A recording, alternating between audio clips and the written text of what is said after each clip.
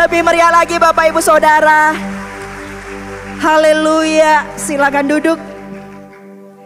Tidak pernah altar call dilakukan di depan, tapi saya mau beritahu Bapak Ibu Saudara, nanti selesai khotbah akan ada altar call.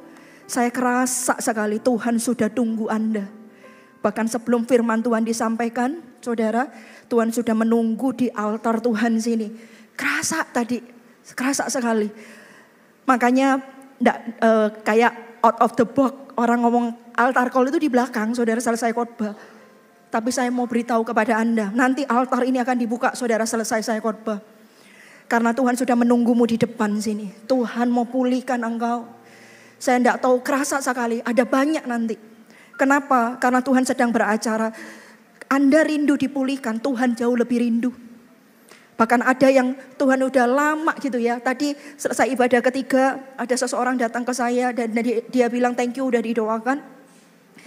Tadi saya tidak dengar Pastor Lani itu doa apa. Waduh, saya juga lupa kalau dalam urapan, kalau suruh diulang saya juga lupa gitu ya. Tapi dia bilang terima kasih, saya tahu dia ngomong banyak gitulah ya. Saya kembalikan semua kredit ini bukan buat saya Saudara ya. Saya ini cuma belajar taat. Tanggal 2 Oktober yang lalu waktu saya saat teduh Saudara, saya tuh enggak pernah kepikir gitu ya. Tapi waktu saya saat teduh saya dijamah Tuhan, saya dilawat Tuhan. Saya tahu itu Tuhan. Karena enggak mungkinlah hati manusia ini kan selalu memikirkan dirinya sendiri. Kalau sampai bisa memikirkan orang lain, itu datangnya dari Tuhan. Dan waktu itu malam-malam itu saya seperti sedang berdoa, bebannya itu berat gitu ya. Tapi saya sedang membawanya di hadapan Tuhan. Dan satu-satu tuh diangkat sama Tuhan. Satu-satu tuh dibebaskan, satu-satu dipulihkan. Karena itu ketika saya siapkan firman Tuhan ini, Tuhan mau ngomong apa ya? Ada pesan dari Surabaya, temanya dibebaskan untuk bulan ini. Nggak perlu ikut yang bulan yang seharusnya. Ya harusnya bulan pekerjaan nih hari ini. Tapi Pastor Sam nanti Anda ikuti ya 28 Oktober Anda jangan ketinggalan. Pastor Sam akan bicara tentang pekerjaan.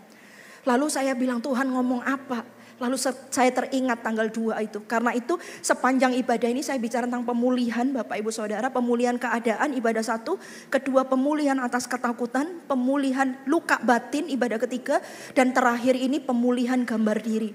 Tuhan itu punya rencana besar buat hidup kita. Rancangannya itu iya dan amin dan sempurna. Tuhan itu kalau rancangan sesuatu tuh gak pernah setengah-setengah. Coba Tuhan aja menciptakan manusia seturut dan segambar dengan Allah. Sempurna Saudara.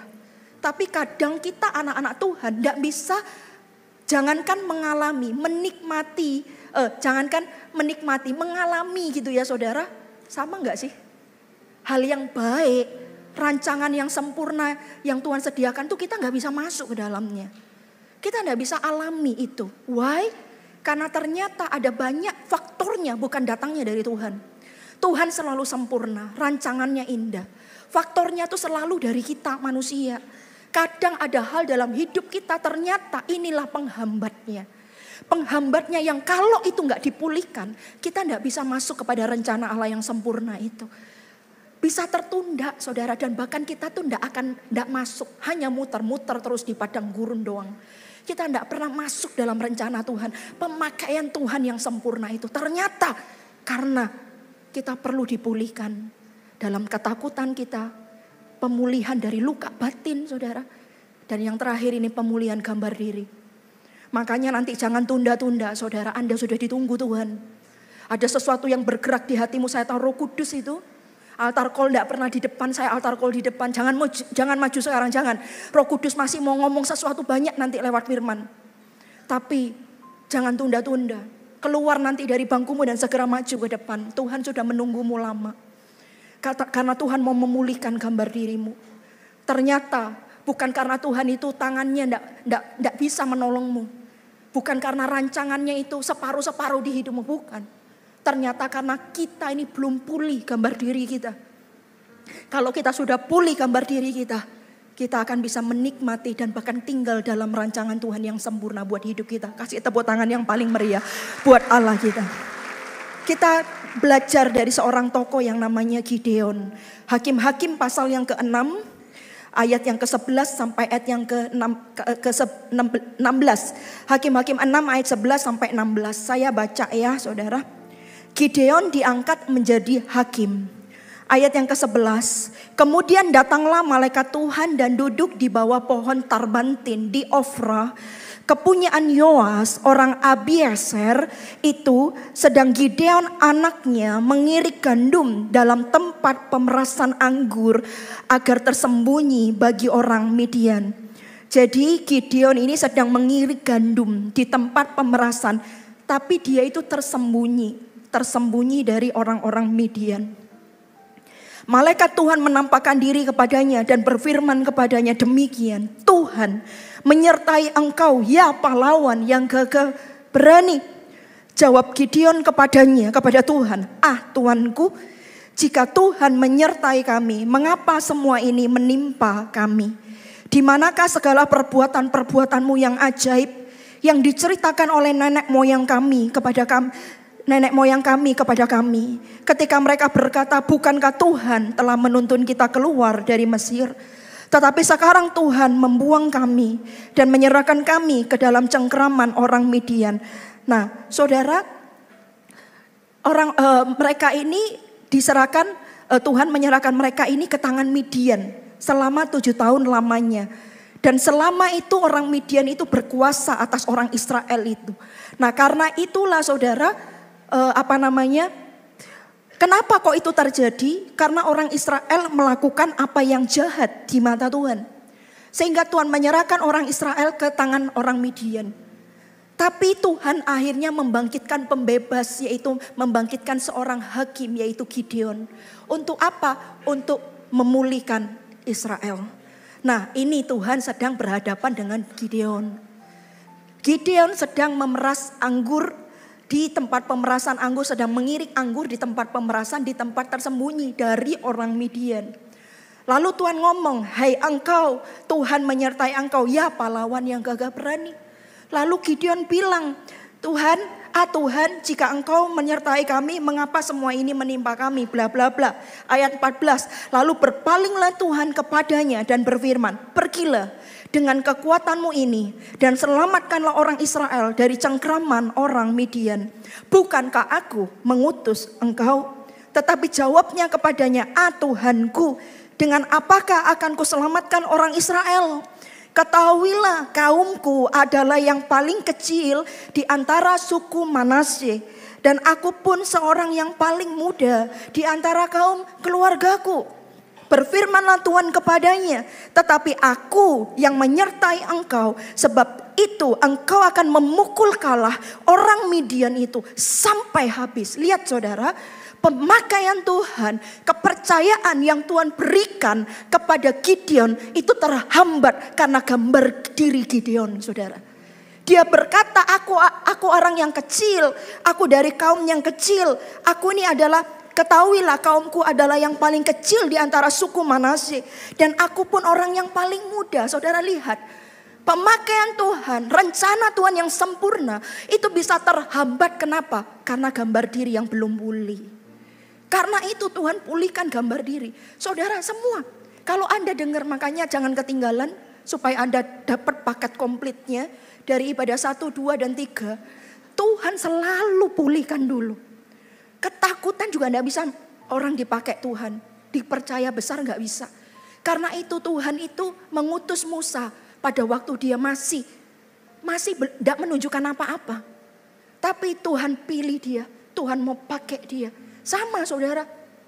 Tuhan mau bawa Gideon. Bahkan membebaskan bangsa Israel dari tangan Midian. Tuhan mau pakai dia. Tapi si Gideon ini punya struggle dengan gambar dirinya. Aku ini dari suku yang terkecil. Aku ini juga paling muda. Lalu saudara, bukan cuman itu. Dia itu dikatakan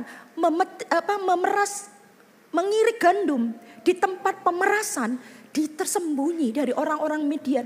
Gideon tuh seorang yang penakut. Seorang yang penuh dengan keraguan. Saudara, seorang yang penakut, penuh dengan keraguan. Buktinya apa? Kalau memang kau menyertai, minta tandanya banyak kepada Tuhan. Dia orang yang penakut, dia orang yang ragu, saudara. Kenapa itu terjadi? Karena gambar dirinya belum pulih. Dia merasa bahwa dirinya ini adalah suku yang paling kecil dari suku Manasye. Dan dia berkata bahwa aku ini orang paling muda juga. aku masa bisa. Dia juga melakukan pekerjaannya tersembunyi dari orang-orang Midian. Dia takut dengan orang-orang Midian itu. Saudara, setiap kita harus pulih gambar diri. Karena itu kita belajar dari Gideon. Gideon yang gambar dirinya mungkin tidak sempurna. Tapi Tuhan bisa pakai dia. Kalau Tuhan bisa pakai Gideon, Tuhan juga bisa pakai kita. Katakan amin. Tuhan mau mempercayakan sesuatu yang besar dalam hidupmu. Tuhan mau pakai engkau di bidangmu masing-masing. Iya, Tuhan mau pakai engkau. Saya enggak tahu, kalau saya jelas karena 25 tahun yang lalu, lebih tepatnya 23 tahun yang lalu, bagaimana Tuhan memanggil saya dan pengiringan saya dengan Tuhan. Saya tahu Tuhan mau bawa saya kemana. Bahkan urapannya di mana. Jubah yang Tuhan kasih itu apa. Saya tahu, saudara. Kenapa saya bisa tahu itu? Saya pun punya gambar diri yang rusak. Punya gambar diri yang gak sempurna, saudara. Saya minder luar biasa.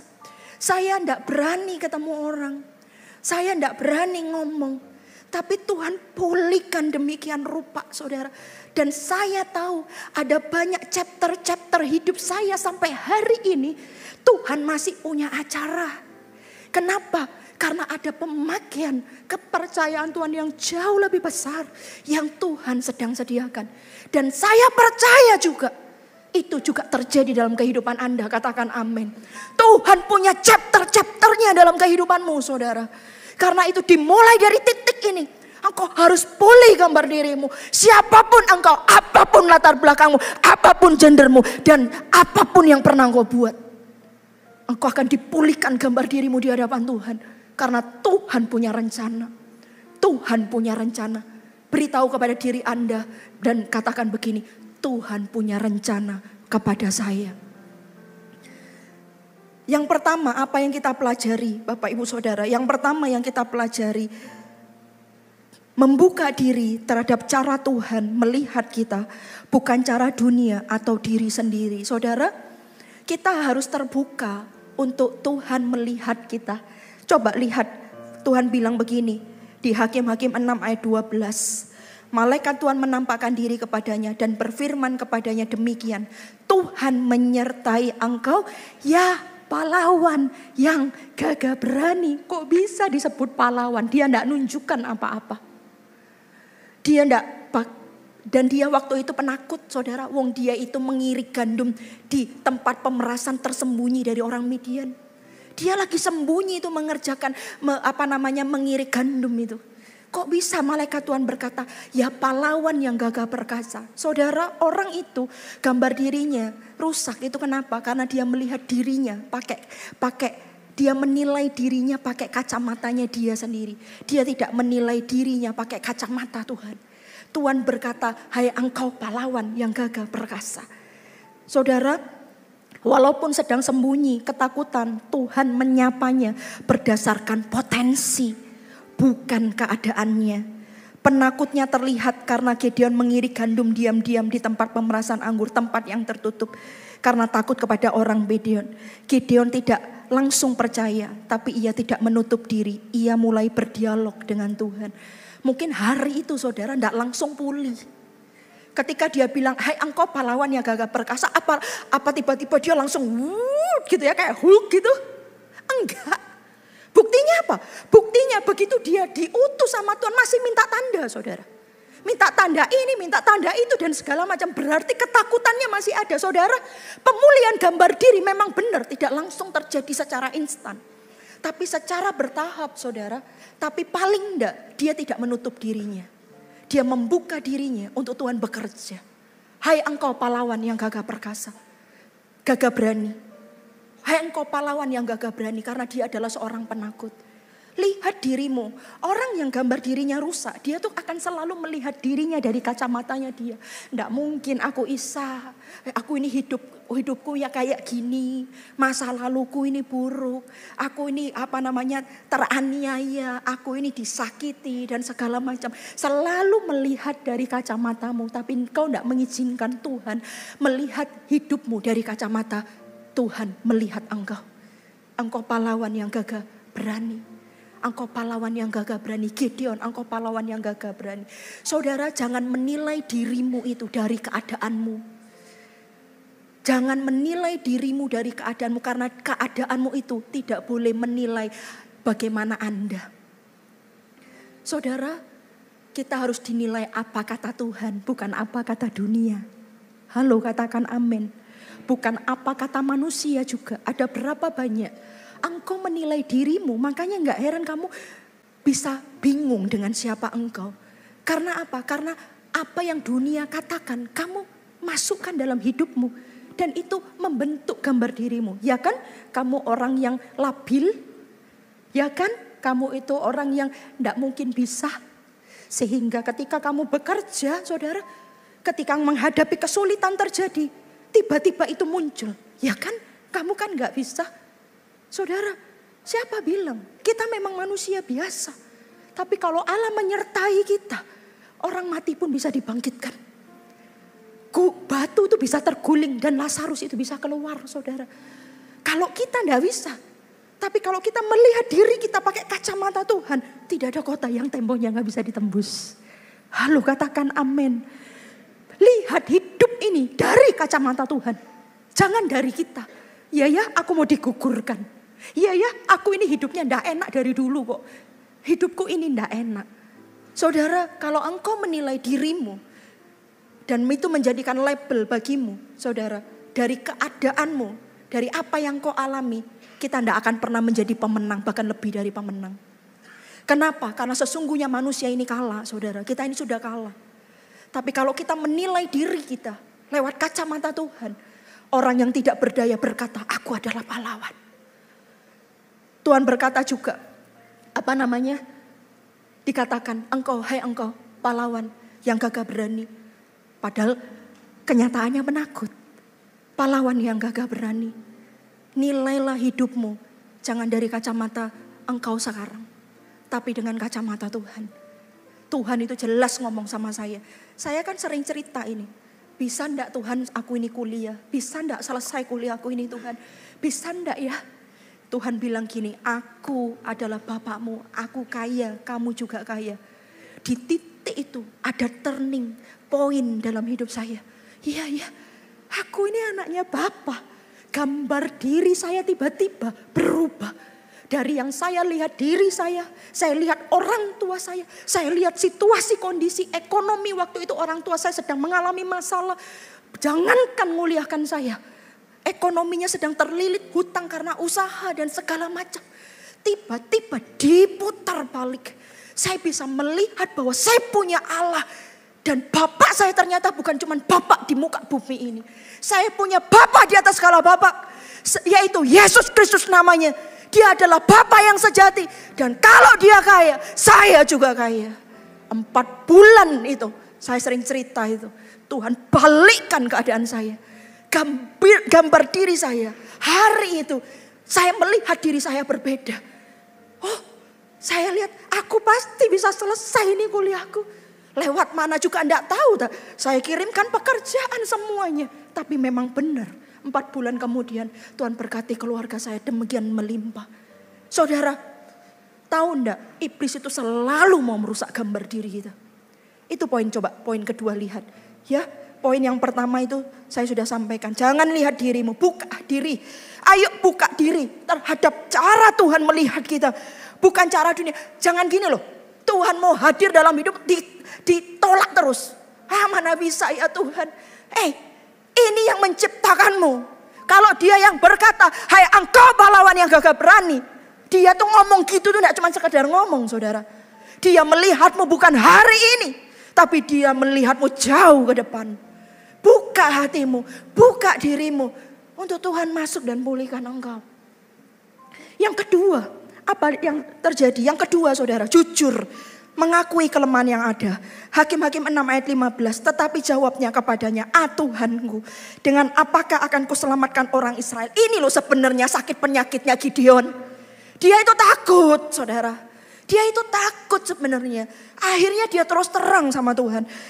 Tuhan, dengan apa akan kuselamatkan orang Israel? Ketahuilah kaumku adalah orang yang paling kecil. Yang paling kecil di antara suku Manase. Dan aku seorang yang paling muda di antara kaum keluargaku. Ini loh saudara. Ini loh penyakitnya Gideon. Akhirnya dia jujur di hadapan Tuhan. Jujur akan kelemahannya. Gideon jujur, tidak pura-pura dia percaya diri. Ia jujur mengakui kelemahan dan keraguannya. Dan Tuhan ajaibnya tidak menolak itu. Dan Tuhan tidak menghakimi itu. Tuhan tuh sangat suka dengan kejujuran. Saya mau beritahu ya saudara, apa ya sih sebenarnya yang membuat orang itu gambar dirinya rusak? Itu sebenarnya yang penyakit terbesar yang membuat seorang gambar dirinya rusak itu apa? Dosa. Dosa. Anda tahu kisah si bungsu itu? Dia bilang gini, ketika dia berdosa, dia menyadari keadaannya, ya kan? Lalu dia bilang gini, makan ampas babi, dia ndak isa, ya kan? Lalu dia bilang gini, di rumah bapakku, orang upaan bapakku aja ndak mengalami seperti aku. Lalu dia bilang apa, saudara? Dia bilang gini, aku akan pulang ke rumah bapakku. Dia akan ngomong sama papanya gini, jadikan aku salah seorang upahan bapak saja. Itu loh saudara dosa. Dosa, ini anak ini. Ini anak. Si bungsu ini anak. Tapi karena dosa dia hidup berfoya-foya. Saudara, dia keluar dari rumah bapaknya. Sampai dia mau jadi orang upahan bapaknya. Itu saudara, dari anak turun jadi orang upahan. Siapa yang menurunkan itu? Dosa. Dosa membuat gambar diri orang itu rusak saudara. Karena itu, jangan tinggal dalam dosa. Buang dosamu, tinggalkan dosamu. Itu paling parah membuat engkau tidak bisa dipakai Tuhan. Itu paling parah membuat engkau, Tuhan mau mempercayakan sesuatu yang besar di hidupmu, itu gak bisa saudara. Kenapa? Karena kamu anak memposisikan diri jadi orang upahan bapaknya coba. Coba kalau jadi bapaknya, sangat sedih saudara. Coba jadi bapaknya loh. Ya memang kamu salah. Ya memang kamu keluar dari rumahku, kamu bahkan minta hakmu. Aku belum mati. Kamu udah hidup foya-foya. Tapi kamu anak, tetap anak. Kamu gak jadi anak orang upahanku, kamu beda, kamu tetap anak. Saudara, orang yang hidup dalam dosa, Tuhan tuh sedihnya luar biasa. Kenapa sebenarnya? Karena harusnya Anda jadi anak, Anda memilih jadi upahan bapaknya. Anda sendiri memilih untuk Anda menurunkan gambar dirimu. Kamu itu anak, tapi kenapa kamu pilih dosa sehingga kamu cuma jadi upahan? Saudara, berkatnya anak sama berkat orang upahan itu beda saudara. Dan Tuhan tidak menghendaki itu. Coba bayangkan, saya jadi orang tua. Lalu anak saya bilang gitu, oh betapa sedihnya saya. Loh, kamu kok bisa ngomong kayak gitu? Papa mama ini sayang sama kamu. Oke, kamu salah. Kamu tak terima, kamu tak peluk. Bukan kamu yang tak buang. Tapi dosamu yang tak buang. Tapi kamu tetap aku terima apa adanya. Aku tetap peluk kamu. Dan kamu tetap statusnya, tetap jadi anak. Come on saudara. Jujur hari ini, jangan pernah tutup-tutupi lagi dosa. Dosa itu membuat engkau jatuh, gambar dirimu jatuh. Bahkan kamu ngadep Tuhan aja kamu takut saudara. Anda takut. Karena itu jangan tinggal dalam dosa. Jujur di hadapan Tuhan, akui Tuhan. Aku salah. Ya aku sudah jatuh sebelum menikah. Ya Tuhan ternyata aku ini Tuhan gonta-ganti pacar tapi jatuh terus. Tuhan ampuni aku. Tuhan, aku perlu ditolong. Aku jujur hari ini, aku perlu ditolong. Saudara, Tuhan tidak akan pernah buang engkau. Dia akan buang dosamu, yes. Tapi Tuhan tidak akan buang engkau. Bahkan dikasih jubah, dikasih cincin, dikasih kasut kerelaan memberitakan Injil. Makanya saudara, kalau engkau dosamu itu sangat banyak, lalu engkau dipulihkan sama Tuhan. Oh saudara, engkau tidak akan pernah kembali ke dosamu lagi. Kenapa? Karena bagimu dipulihkan Tuhan itu sangat-sangat berharga. Jujurlah, aku perlu engkau. Jujur, kita nih datang telanjang, pulang kita juga telanjang nanti. Ngapain kita tutup-tutupi? Kita harus jujur di hadapan Tuhan. Aku jujur Tuhan, Gimana nanti aku, kata Gideon. Apa yang harus aku lakukan ya Tuhan? Gideon penakut. Itu aku ini suku dari paling terkecil Tuhan. Aku adalah orang yang paling muda Tuhan. Dia jujur di hadapan Tuhan. Di titik itulah, lihat Tuhan tetap percayakan. Tuhan tetap percayakan. Saudara, Tuhan punya rencana besar. Tuhan mau pulihkan engkau. Karena ketika Tuhan pulihkan engkau, Tuhan pulihkan keluargamu. Tuhan pulihkan sekelilingmu. Tuhan pulihkan semua yang ada di padamu. Dia akan pulihkan engkau. Dan saya mau beritahu, itu indah. Bapak Ibu Saudara, kasih tepuk tangan yang paling meriah buat Allah kita. Tinggalkan dosa, jujur di hadapan Tuhan. Dosa membuat kita itu gambar diri kita rusak. Dosa membuat yang harusnya kita jadi anak, cuman jadi orang upahan Bapak. Jangan hidup dalam dosa. Nanti ketika Anda maju altar call, Anda taruh semua dosamu di sini. Jangan bawa pulang lagi, saudaraku. Jangan jatuh lagi. Iblis selalu gitu pekerjaannya. Untuk apa? Membuat anak-anak Tuhan jatuh. Jangan mau jatuh. Oh, apakah saya bisa? Bisa, ada roh Allah dalam dirimu. Ada roh Tuhan dalam dirimu. Dia akan memampukan engkau. Engkau cukup berkata tidak dengan dosa. Aku tidak mau. Menjadi anak Bapa jauh lebih indah daripada upahan orang upahan. Anda ngomong gitu sama roh jahat. Percayalah, dia tidak bisa lagi. Dia itu cuma singa yang mengaum-ngaum. Dia tidak punya taringnya. Dia tidak punya. Semuanya itu nggak ada dia. Dia bisa jamah kita kalau kita buka celah. Tapi tidak usah takut sama roh jahat, saudaraku. Dia sudah dikalahkan di salib Yesus, dia sudah kalah. Dia ada di bawah kaki Yesus. Kita anak-anaknya, kita juga harus berkuasa atas kuasa maut, atas setiap roh jahat. Katakan amin. Yang ketiga, saudara. Yang ketiga.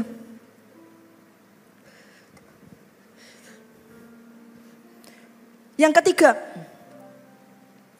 Tuhan akan menolong dan memulihkan gambar diri kita dengan kasih-Nya. Hakim-Hakim 6 ayat 17, maka jawabnya kepadanya, jika sekiranya aku mendapat kasih karunia di matamu, maka berikanlah kepadaku tanda bahwa engkau sendirilah yang berfirman kepadaku. Gideon meminta tanda dan Tuhan tidak marah. Tuhan sabar membentuknya. Saudara, Gideon tidak langsung, dia kan orangnya ragu, penakut. Dia minta tanda sama Tuhan. Itu pun loh, Tuhan itu tidak marah sama dia. Tuhan itu sabar. Saudara, tahukah engkau Tuhan itu sabar loh sama kita ini? Sabar. Saya sendiri setiap dalam hadirat Tuhan. Saya kadang hancur hati, saya bilang Tuhan, kok baik banget. Baik.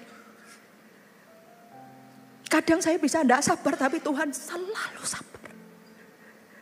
Sabar untuk memulihkan hidup gambar diri.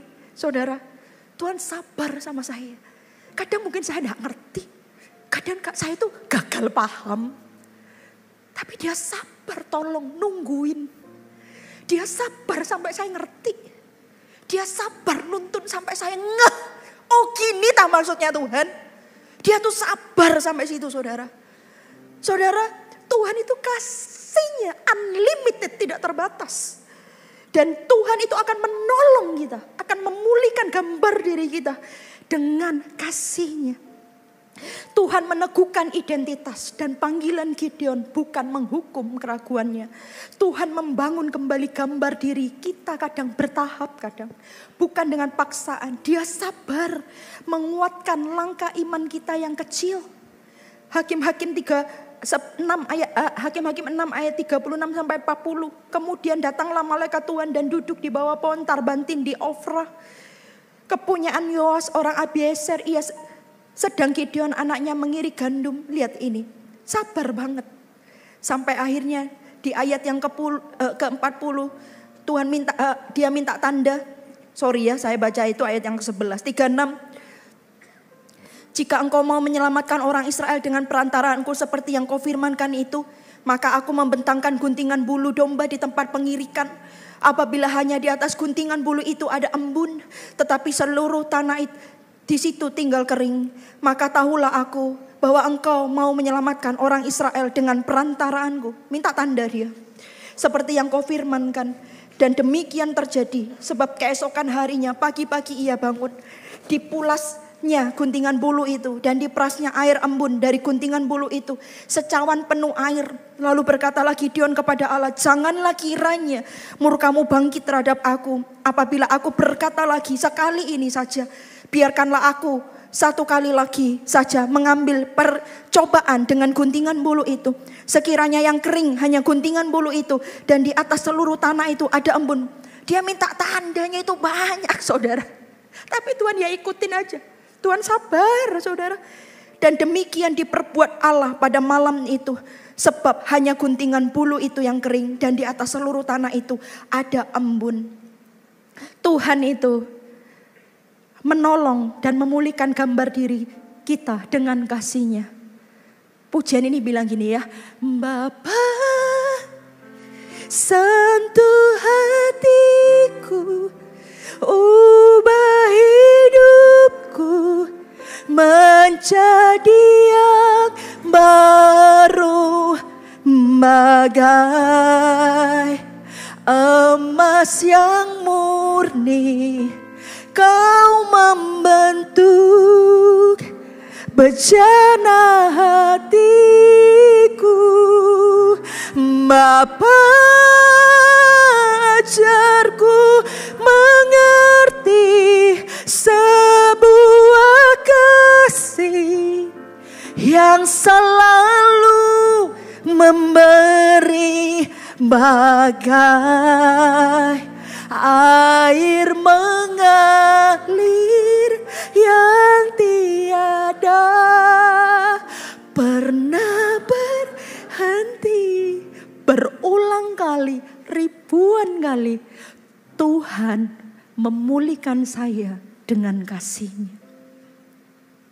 Saya juga punya gambar diri yang tidak sempurna saudara.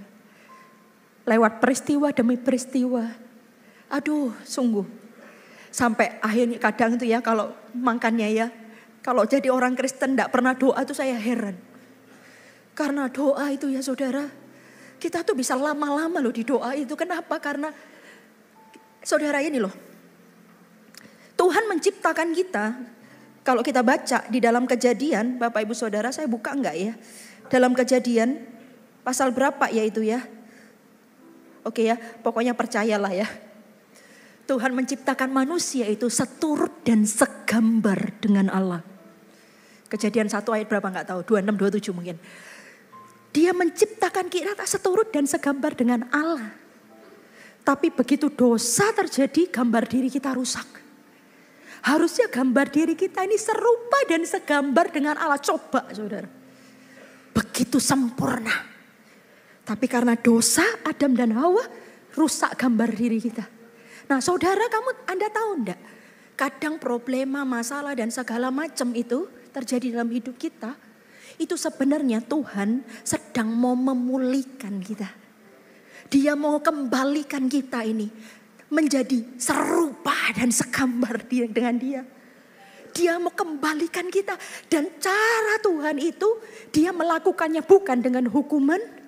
Cara Dia melakukannya, Dia menerimamu apa adanya. Dengan kasih-Nya. Itu loh saudara poinnya. Bapa, sentuh hatiku, ubah hidupku menjadi yang baru. Tuhan mau ubah kita dengan kasih-Nya itu supaya kita serupa dan segambar dengan Allah. Yang udah rusak karena dosa saudara. Yang rusak juga mungkin karena masa lalumu. Kamu suka dibanding-bandingkan gitu ya. Ini loh kamu gak kayak kokomu, kamu gak kayak cicikmu. Dan segala macam sehingga hari ini Anda lakukan sesuatu untuk membuktikan bahwa Anda bisa. Saudara, itu ternyata lahir dari gambar dirimu rusak. Dan kamu memposisikan gambar dirimu itu. Kalau kamu jadi gini baru gambar dirimu pulih. Kalau kamu dapat ini baru kamu itu jadi sempurna. Salah saudara. Gambar diri kita ini akan menjadi sempurna ketika kita mengizinkan kasih Allah itu menjamah hidup kita. Karena cuman kasih Bapa itu yang menerima kita apa adanya. Dan dia akan menuntun kita. Dia akan memulihkan kita. Step by step. Kadang kita masih ragu kayak Gideon. Kadang kita masih takut kayak Gideon. Tapi Tuhan setia. Dia tuntun kita. Dia sama kita. Makanya jangan dosa. Dosa itu membuat langsung jauh Tuhan itu. Bukan karena dia gak mau deket sama Anda. Dia tuh mau. Tapi dia itu iya dan amin. Dosa sama dia gak bisa jadi satu dalam hidup ini. Kudus iya, kudus juga iya, gak bisa. Anda harus pilih. Kalau Anda pilih Tuhan tentu gak ada dosa dalam dirimu. Tapi kalau Anda memilih dosa tentu gak ada Tuhan dalam dirimu. Tuhan gak bisa tuntun kita. Tuhan gak bisa pulihkan step by step hidup kita ini. Sehingga sesuai dengan rencananya. Dia membimbing kita, dia memulihkan kita dengan kasih-Nya. Saudara, kasih yang sama itu yang memulihkan Gideon, kasih yang sama itu ada di sini. Karena itu altar ini akan dibuka. Tuhan sudah menunggumu. Dia udah tidak sabar. Karena dia juga sedih lihat Anda.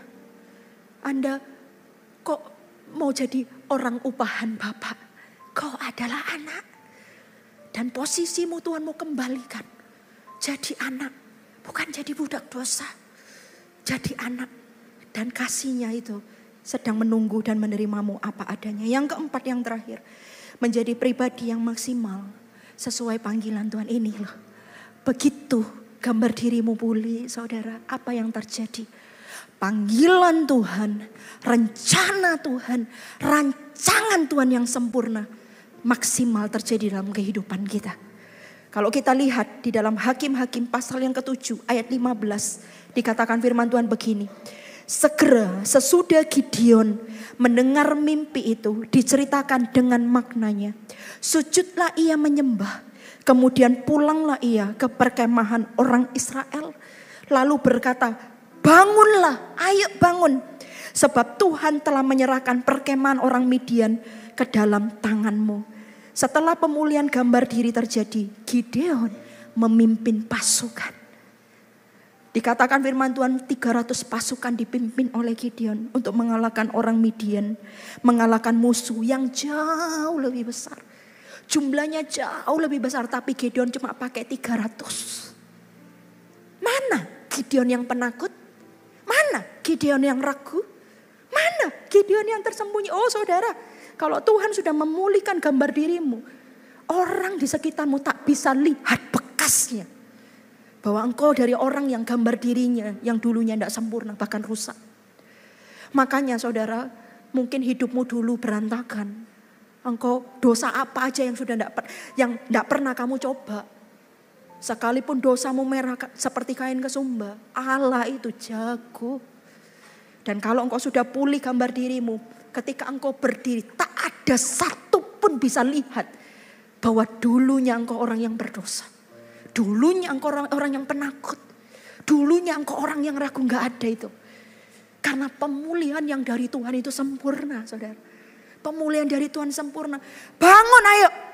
Kita kalahkan orang Midian itu. Yang jumlahnya sangat banyak. Hanya cuma dengan 300 orang Israel. Tuhan berikan, ia tidak lagi bicara tentang kelemahannya.